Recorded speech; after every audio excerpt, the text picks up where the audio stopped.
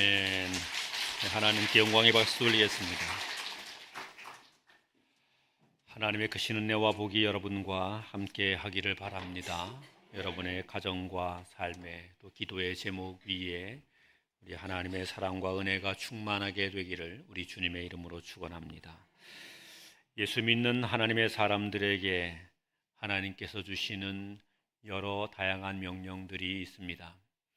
그 명령 가운데 하나는 나라를 위하여 기도하라 하는 것입니다.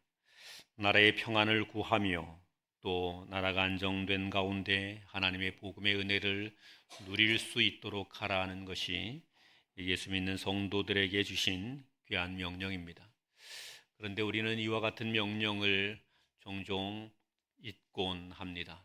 그냥 교회만 평안하고 잘 되면 된다고 여기고 나라와 민족에 일어나는 수많은 일들에 대하여서는 외면해도 되는 것처럼 그렇게 여기곤 합니다. 선교사님들의 이야기를 들어보면 복음이 전파되는 일을 위해 정말 중요한 것이 있다고 합니다. 그것은 선교사의 본국이 잘 되는 모습이 있어야 한다는 것입니다. 선교사가 사역을 하고 있는 그 본국이 안정되고 그 본국의 여러 이야기들이 복되고 아름다운 이야기들로 채워져 가게 될 때에 선교사님들이 힘있게 복음을 증거하게 되고 또 그 복음을 따라 예수 믿으며 나오는 사람들이 있다는 것입니다. 이런 관점으로 보면 조국 대한민국의 오늘의 현실은 참 암담하고 답답한 일인데 단지 이것이 우리나라의 혼란만 있는 것이 아니라 대한민국의 국적을 갖고 있는 선교사들이 복음을 전파하는 일에도 엄청나게 장애가 되는 일이라고 하는 사실을 생각하면 이 혼란은 마귀의 역사라 이렇게 말하지 않을 수가 없을 것입니다. 이런 안타까운 일들을 우리가 바라보며 우리는 이 나라 조국 대한민국을 사랑하고 기도하며 이 조국 대한민국을 향한 거룩한 사명을 가진 믿음의 성도로서 다시 우리의 삶을 신앙을 재점검해 볼 필요가 있습니다. 지금 우리 조국 대한민국은 어디로 가는지 알 수 없습니다. 저마다 자기 소견에 오른 대로 주장하고 떠들곤 합니다. 각자의 이름으로 정의를 외치곤 합니다. 그런데 법은 어디에 있으며 정의는 어디에 있는지 도무지 알 수 없습니다. 무엇이 옳은 것인지 무엇이 그른 것인지 평가하기도 어렵고 함부로 판단할 수도 없습니다. 나와 생각이 다르다 하여서 쉽게 정죄할 수도 없는 일이고 내 생각이 맞는 것이라 여겨서 함부로 일어설 수도 없는 일입니다. 그럼에도 불구하고 우리는 이 조국 대한민국에 대한 뜨거운 사랑을 다시 회복하고 이 땅이 다시 정의가 세워지고 평화와 안정이 도래하게 되기를 우리 마음의 소원을 품고 하나님께 기도하며 우리가 해야 할 작은 헌신들을 해가야 할 줄로 믿습니다. 이사야 26장의 앞부분에서는 하나님께서 바벨론을 멸하시고 그들을 도말하실 것을 말씀하십니다. 범죄한 이스라엘 백성들에게 하나님께서는 무서운 심판을 선언하셨지요. 그들이 죄로 말미암아 하나님을 거역하고 하나님의 뜻을 저버리게 될 때에 하나님께서 바벨론을 아수르를 보내셔서 이스라엘 민족을 그들의 종이 되게 하셨습니다. 그런데 26장에서는 이스라엘 민족을 억압하고 있던 바벨론을 다시 멸하시고 도말하시고 이스라엘 백성으로 하여금 구원의 새 노래를 부를 수 있게 하셨다는 말입니다. 이사야 26장 1절 말씀에 그날에 유다 땅에서 부를 노래라고 이야기하죠. 하나님께서 은혜를 허락하심으로 기뻐하여 노래를 부를 수 있게 해 주시겠다고 선언하고 있는 것입니다. 15절 말씀을 같이 한번 읽겠습니다. 15절입니다. 시작. 여호와여 주께서 이 나라를 더 크게 하셨고 이 나라를 더 크게 하셨나이다. 스스로 영광을 얻으시고 이 땅의 모든 경계를 확장하셨나이다. 아멘. 저는 이 본문을 묵상하면서 우리가 이사야서를 순서대로 읽어오는 중에 지금 오늘 이 본문을 읽게 되는데 나라의 혼란한 사정, 어려운 사정, 이 사정 앞에 하나님께서는 마치 우리를 위해서 예비한 말씀을 제공해 주시듯이 이 말씀을 주신 것 같다고 여기게 됩니다. 주께서 이 나라를 더 크게 하셨고 이 나라를 더 크게 하셨나이다. 저는 이 소망을 갖고 있습니다. 우리 조국 대한민국에 하나님께서 은혜를 허락해 주셔서 이 나라가 고난과 어려움을 딛고 더 크게 되고 더 아름답게 되기를 소원해 봅니다. 하나님께서 우리 조국 대한민국 가운데 영광으로 임재하셔서 이 땅의 모든 경계가 확장되고 또 확장되는 은혜가 있게 되기를 소원합니다. 유다와 예루살렘 이스라엘 백성을 향하여서 하나님께서 이런 은혜의 말씀을 주시게 되었는데 이 말씀을 주시게 된 데에는 하나님의 의중이 있습니다. 그것은 다름이 아니라 나라가 크게 되고 번성하게 되고 나라가 확장되는 것이 이스라엘 민족의 지혜에 달려있는 것이 아니고 그들의 무교에 있는 것이 아니고 그들이 정의를 세우겠다고 외침에 있는 것이 아니라 주께서 행하시는 일이시다 하는 이야기입니다. 우리 조국 대한민국이 아름답게 되는 일은 우리의 정치가 어떤 일을 잘 하여서 우리가 어떻게 지혜를 잘 모아서 우리가 어떻게 화합하고 나라의 경제를 어떻게 발전시켜서 우리 조국 대한민국이 부흥하게 되는 것이 아닙니다. 주께서 이 나라를 더욱 크게 하셨다고 말합니다. 주님만이 하신다는 이야기입니다. 주께서 이 나라를 더 크게 하실 수 있고 주께서 복을 주셔야 이 나라가 은혜 가운데 있게 되고 주께서 은혜로 함께 해주셔야 이 나라의 평강이 도래하게 된다는 이야기이지요. 이 본문을 기록하고 있을 당시에 이스라엘 백성들은 범죄한 민족이었습니다. 그래서 하나님께서 그 땅에 진노와 심판을 선포하셨지요. 진노와 심판이 끝나고 난 다음에 하나님께서 이 땅을 다시 새롭게 하겠다고 이야기하는 것입니다. 아수르나 바벨론과 같은 이 거대한 나라들이 이스라엘 백성들을 짓밟게 되고 그들을 종으로 삼게 됩니다. 아수르의 힘이 바벨론의 힘이 막강한 것이어서 이스라엘 스스로의 지혜와 힘으로는 이 나라를 극복할 수가 없지요. 종되어 가게 됐던 유다의 백성들, 이스라엘 백성들은 종된 삶을 살아가게 되면서 그곳에서 절망하게 됐습니다. 이유는 이렇습니다. 바벨론은 점점 더 커져가고 그 힘은 점점 더 막강하여져 가게 되는데 우리에게는 이 나라에서부터 벗어날 수 있는 방법이 없다는 것입니다. 뿔뿔이 흩어져 있게 되는 유다와 이스라엘 백성들이 스스로의 힘으로 바벨론에서부터 벗어나서 나라를 회복하게 된다는 것이 불가능하게 여겨지게 된 것이지요. 그래서 이스라엘 백성들이 흩어진 곳에서 그냥 근근히 종으로 사는 것이 전부일 뿐이며 나라의 독립을 기대한다든지 나라가 더 크게 되는 것을 기대한다든지 나라가 세워지는 것을 꿈도 꿀 수 없게 되는 지경이었습니다. 이렇게 절망하게 되는 이스라엘 백성들에게 하나님께서 던지시는 말씀이 이것입니다. 너의 힘으로는 안 되는 것이지만 주께서 이 나라를 더 크게 하셨고 더욱 크게 하셨다. 이렇게 이야기하시는 거죠. 본문의 말씀 보면 아직 이스라엘 백성들의 나라가 크게 되지 않았습니다. 아직 이스라엘 백성들은 그냥 종살이에 있게 되는 상황이죠. 그런데 하나님은 이 나라를 크게 하셨고 크게 하셨다고 말씀합니다. 마치 이미 과거에 이루어진 일처럼 그렇게 이야기하시게 되지요. 하나님께서 성경을 통해서 이렇게 예언을 표현하신 것은 더 특별한 의미가 있습니다. 내가 앞으로 너희 나라를 크게 해줄 것이다 하는 표현보다 하나님의 더욱 확실한 의지가 이 속에 있다는 말입니다. 내가 반드시 너를 더 크게 할 것이다 하시는 그런 이야기입니다. 하나님이 절망하던 유다와 예루살렘 이스라엘 백성들에게 그렇게 이야기하시는 겁니다. 너희로는 불가능하지만 내가 반드시 나의 지혜로 나의 권능으로 나의 능력으로 너희 나라를 더 크게 할 것이다. 하나님께서 우리 조국 대한민국에게 이런 복을 선포하게 되기를 소망합니다. 우리 조국 대한민국을 하나님께서 바라보시면서 지금 너희에게 혼란이 있느냐, 너희에게 어려움이 있느냐, 도무지 이 문제가 해결될 것 같지 않아서 너희 마음에 낙담과 절망이 있느냐, 그러나 염려하지 마라. 주께서 친히 주님의 능력으로, 권능으로 이 나라를 더욱 크게 하셨고 더욱 크게 하시리라. 하나님이 이렇게 우리에게 은혜의 말씀을, 복된 말씀을 선포하게 되고, 이 선포된 말씀을 통해서 우리 조국 대한민국과 우리 모든 백성들이, 그리고 이 땅에 살아가는 교회와 성도들이 하나님께서 허락하시는 은혜를 다 누릴 수 있게 되기를 간절히 소원해 봅니다.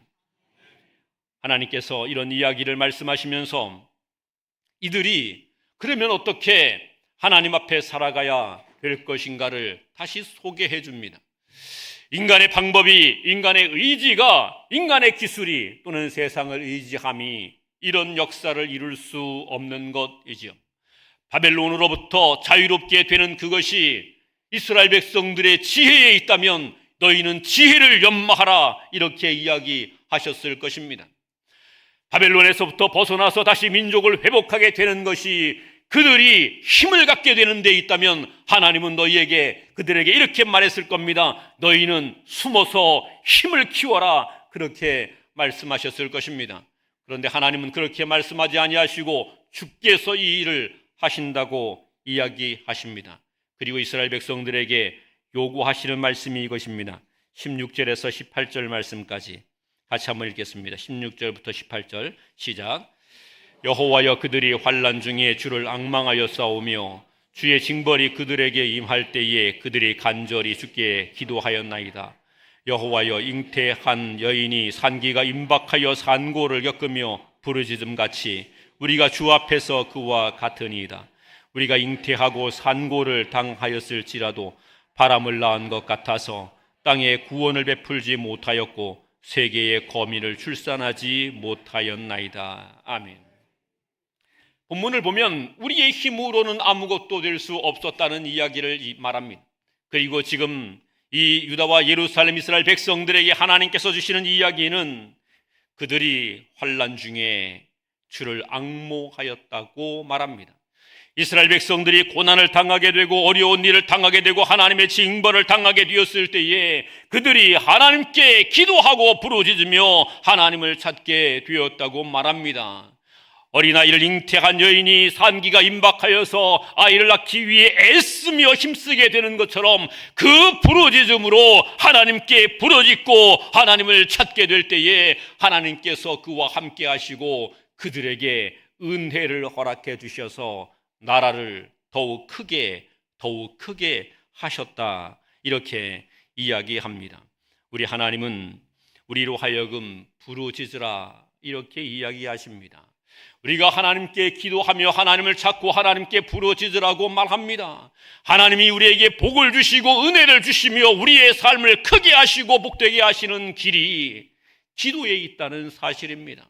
하나님께 부르짖는 여기에, 하나님을 의지하는 여기에, 하나님을 믿으며 신뢰하며 그 하나님께 내가 엎드려서 은혜를 구하는 여기에 하나님의 복주심이 있다는 이야기입니다. 교회의 부흥의 때에는 수많은 성도들이 하나님께 기도하였습니다. 교회의 몰락의 때에는 수많은 성도들이 기도하지 않습니다. 하나님께서 복 주시는 때는 수많은 사람들이 하나님께 기도하지만 하나님의 복이 떠나게 되는 때는 수많은 사람들이 자기의 생각을 따라서 꼭 기도한다고 무슨 일이 이루어지느냐, 우리가 수고하고 열심으로 이런저런 일들을 해야 되지, 이러면서 인간의 방법들을 제시합니다. 탁월한 지혜의 방법들을 제시하지만 그 시대는 반드시 망하게 되어 있습니다. 교회가 사는 길은 기도하는 데 있습니다. 성도들의 가정이 하나님의 은혜와 복을 받게 되는 일도 기도하는 데 있습니다. 민족이 살게 되는 길도 다른 데 있지 아니합니다. 하나님께 엎드려 기도하며 부르짖는 여기에 있습니다. 우리가 조국 대한민국을 위하여 기도하지 아니하였기에 이 혼란이 지금 우리에게 와 있다는 사실을 가슴 치며 통곡하며 하나님께 우리가 엎드려야 하는 것입니다. 왜 하나님께서 기도로 세운 조국 대한민국이 이렇게 처참하게 무너지며 몰락하게 됩니까? 이 안타까운 상황에 놓이게 됩니까? 이유는 무엇 때문입니까? 기도함으로 세울 때는 이 땅이 세워지고 부흥되고 확장되고 나라가 크게 되었는데 왜 이 나라는 지금 점점 몰락의 길을 걸어갑니까? 기도하지 않기 때문입니다. 기도하지 않기 때문입니다. 우리가 하나님께 기도하지 않기 때문입니다. 우리가 기도하는 무릎을 더 이상 꿇지 않기 때문입니다. 우리가 기도하며 부르짖는 부르짖음을 멈추어 버렸기 때문입니다. 하나님은 나라와 민족이 사는 길을, 교회가 사는 길을, 성도가 사는 길을 기도에 있다고 이야기합니다. 아무리 우리가 앞에 가서 시한들 뭐가 되는 게 아닙니다. 피켓을 들고 우리가 정의를 외치면 무엇을 하자고 한들 나라가 복되게 되는 것이 아닙니다. 하나님께 엎드려 기도해야 합니다. 이스라엘 민족이 범죄하였을 때 하나님께서는 왜 그들에게 고난을 주셨겠습니까? 범죄한 이스라엘 백성들에게 왜 그들에게 하나님은 징벌하시며 그들에게 고난을 주셨습니까? 그들의 범죄에 그저 하나님이 너희가 범죄했으니 내가 너희를 징벌하여 망하게 하겠다, 단지 하나님의 복수심으로 그렇게 한 것입니까? 아닙니다. 오늘 성경을 보면 이렇습니다. 너희가 징벌 가운데 놓이게 되었지, 너희가 고통 가운데 놓이게 되었지, 내가 너희를 왜 고통 가운데 두는 줄 아느냐? 하나님을 악망하라고, 하나님을 바라보라고, 너희가 하나님을 저버린 것에 대하여 회개하고 다시 하나님의 은혜를 구함으로 하나님을 바라보는 자가 되라고 너희에게 고난과 고통을 준 것이라 하나님이 그렇게 이야기하시는 것입니다. 죄를 짓고 난 사람들이 매를 맞기 전에 회개하면 얼마나 좋습니까? 그런데 성경의 어떤 역사에서도 죄를 지은 죄인들이 매 맞지 않고 회개하는 길은 없었습니다. 인간은 참 가증하고 교만합니다. 내 몸이 편안하면, 내 삶이 살만하면 죄를 지었음에도 회개할 생각을 하지 않습니다. 내가 승승장구하면 큰 죄를 지었음에도 내가 의로운 줄 착각합니다. 뻔뻔합니다. 그리고 하나님께 대하여서 마치 무슨 권리라도 있는 것처럼 당당합니다. 하나님은 이스라엘 백성들의 그와 같은 모습으로는 영영이 하나님의 진노와 저주의 자식이 될 수밖에 없으므로 사랑하시는 아버지께서 그의 아들을 징계하여 바르게 세우듯이 그들에게 매를 드시게 된 것입니다. 그 고난 중에 다시금 하나님을 바라보라고, 하나님을 앙망하라고. 지금 우리 조국 대한민국이 처해 있는 이 현실을 보며 남의 일인 것처럼 나의 일이 아닌 것처럼 그냥 지나가고 있다면 정말 나쁜 사람들입니다. 그리스도인이 그럴 수는 없습니다. 이 조국 대한민국의 이 현실을 바라보면서 그저 이것이 남내기라고 여겨진다면 우리는 애국자도 아닙니다. 우리는 무슨 나라 팔아먹은 역적과 뭐 다를 바가 없습니다. 이 현실에서 이 안타까움을 가지고 왜 우리에게 이런 일이 이루어지게 됐는가를 바라보아야 합니다.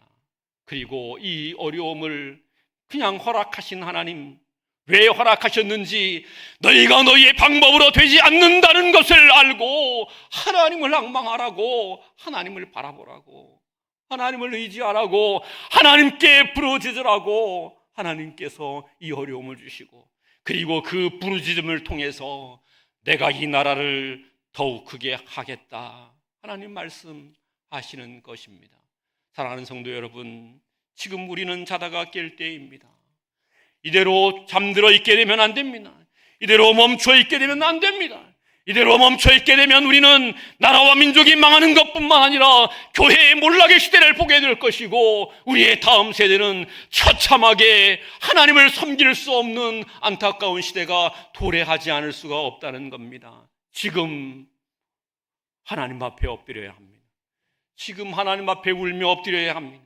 그리고 우리가 이제 우리의 소망이 오직 하나님 한 분에게 있다는 사실을 알고 하나님을 우러러보며 하나님의 은혜를 구해야 합니다. 지난날 하나님 앞에 온전치 못한 우리의 모습들, 지난날 민족을 위하여 기도하지 못했던 우리의 모습들, 지난날 우리의 삶을 살아오며 하나님을 외면하며 살아왔던 그 모습들을 회개하고 울며 하나님께 간절히 부르짖을 수 있어야 합니다. 그것만이 주께서 이 나라를 크게 하시는 길이기 때문입니다. 본문은 계속하여 이런 설명을 합니다. 우리 19절 21절까지 같이 보겠습니다. 19절부터 시작. 주의 죽은 자들은 살아나고 그들의 시체들은 일어나리이다. 티끌에 누운 자들아 너희는 깨어 노래하라. 주의 이슬은 빛난 이슬이니 땅의 죽은 자들이 내놓으리로다. 내 백성아 갈지어다. 내 밀실에 들어가서 내 문을 닫고 분노가 지나기까지 잠깐 숨을 쉬어다. 보라 여호와께서 그의 처소에서 나오사 땅의 거민의 죄악을 벌하실 것이라. 땅이 그 위에 잦았던 피를 드러내고 그 살해 당한 자를 다시는 덮지 아니하리라. 아멘. 이 본문을 보면 이런 이야기를 말합니다. 너희는 깨어 노래하라, 이렇게 이야기합니다. 죽은 자들이 다시 살아나게 될 것이다. 죽은 자들이 다시 살아나게 될 것이다. 여기에 죽은 자로 표현되어 있는 이 말은 포로되어서 더 이상 희망이 없게 되는 이스라엘 민족들을 가리키는 말입니다. 비록 포로되어 살아가고 있긴 하지만 그들이 살아있는 삶이 살아있는 것이 아닌 것과 똑같다는 이야기죠. 그래서 그들에게 아무런 희망이 없으므로 죽은 자라는 거예요. 죽은 자라는 거예요. 그 죽은 자가 어떻게 살아납니까? 그런데 하나님께 부르짖고 하나님께 기도하면 죽은 자가 어떻게 되리라? 살아나리라. 죽은 자가 살아나리라. 하나님을 앙망하며 하나님께 부르짖게 될 때에 더 이상 아무런 희망이 없는 죽은 자와 같이 된 그 형편에서도 하나님께서 다시 살려 일으키게 된다는 거예요. 그래서 무덤에서 깨어 일어나서 하나님의 은혜를 인하여 기뻐하며 노래하며 춤추게 된다는 거예요. 빛난 이슬이 우리 가운데 임재하는 것처럼 우리에게 하나님의 영광이 덧붙여져서 찬란한 시대를 이루어갈 수 있게 된다는 거예요. 하나님의 복된 시대가 이루어진다는 이야기입니다. 그 뒤에 말씀들은 이런 거예요. 밀실에 들어가 잠깐 숨어 있어라. 그러면 내가 너희 원수들을 한 번에 다 멸할 것이다. 너희 원수들을 다 멸하여서 그들의 피가 땅에 쏟아지게 될 것이고 너희 원수들의 시체가 이곳저곳에 널브러지는데 그들을 묻어줄 자도 없을 만큼 처참하게 멸할 것이다. 너희에게 승리를 줄 것이다. 이렇게 이야기하는 거예요. 저는 우리 조국 대한민국이 이런 영광을 보게 되기를 원합니다. 하나님께서 우리에게 은혜를 허락해 주셔서 지금의 이 어려움이 그냥 이 어려움으로 끝나고 이 어려움 때문에 더 망하게 되는 것이 아니라 지금의 어려움이 다시 여기에서 우리가 소생하는 기회가 되고 지금의 어려움에서부터 벗어나서 하나님께서 우리를 더 크게 하시는 이런 복을 우리 조국 대한민국이 누릴 수 있게 되기를 원합니다. 방법은 달리 없습니다. 기도하는 것뿐입니다. 하나님을 앙망하며 하나님께 부르짖는 것뿐입니다. 다른 일을 한다고 되지 않습니다. 하나님께서 이 나라를 더욱 크게 하셔야 되는 것입니다. 오늘 우리 성도들이 조국 대한민국을 가슴에 품고 지난날에 우리의 신앙을 돌아보고 회개하고 끊임없이 이 조국 대한민국을 위해서 기도하고 또 이 시대 우리 교회를 위해서 기도하고 우리의 신앙의 삶을 돌아보면서 기도해서 하나님께서 나라를 크게 하시고 교회를 부흥케 하시고 우리의 삶에 하나님이 허락하시는 평강이 넘치게 되기를 우리 주님의 이름으로 축원합니다. 기도하겠습니다.